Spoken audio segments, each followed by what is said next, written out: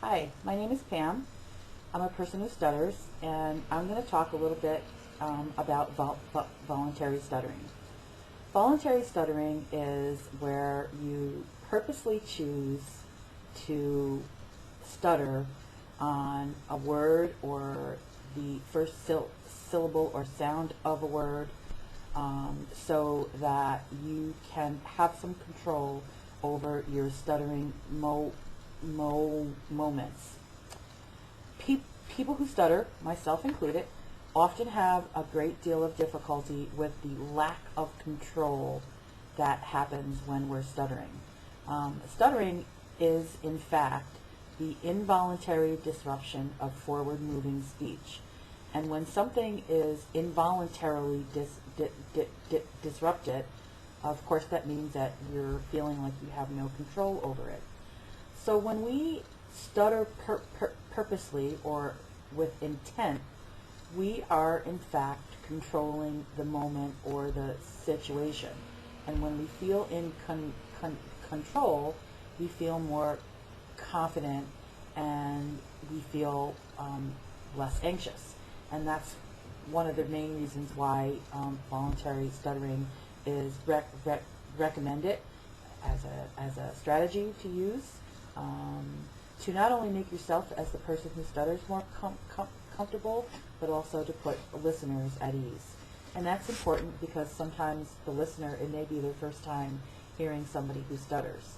So if the person stuttering is comfortable and at ease, chances are the listener will react in kind. And that's the whole point, to make it a comfortable communication exchange.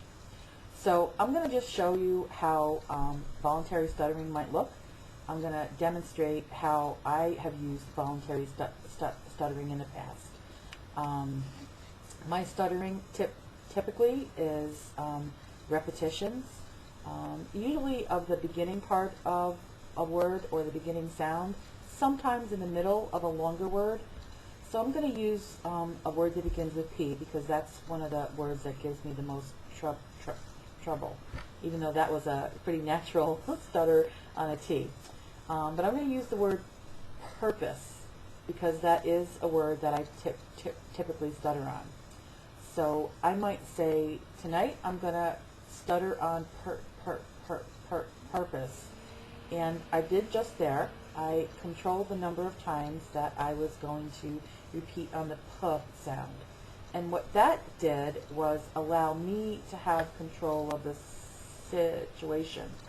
And it also lets anybody that's listening to me know, obviously, that I stutter. I've put it out there right away.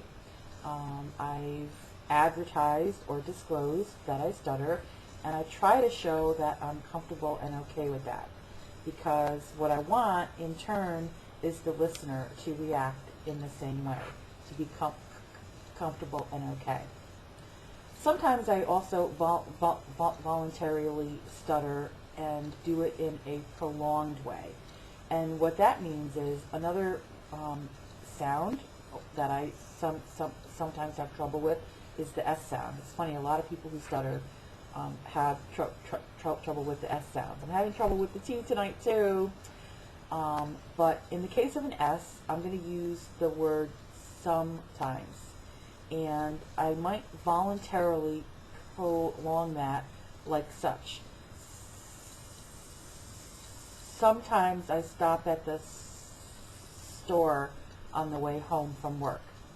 And what I've done is I've voluntarily prolonged the S sound, again, to show that there's different ways of stuttering than just repeating sounds. So the purpose, again, of voluntary stuttering is to provide some control.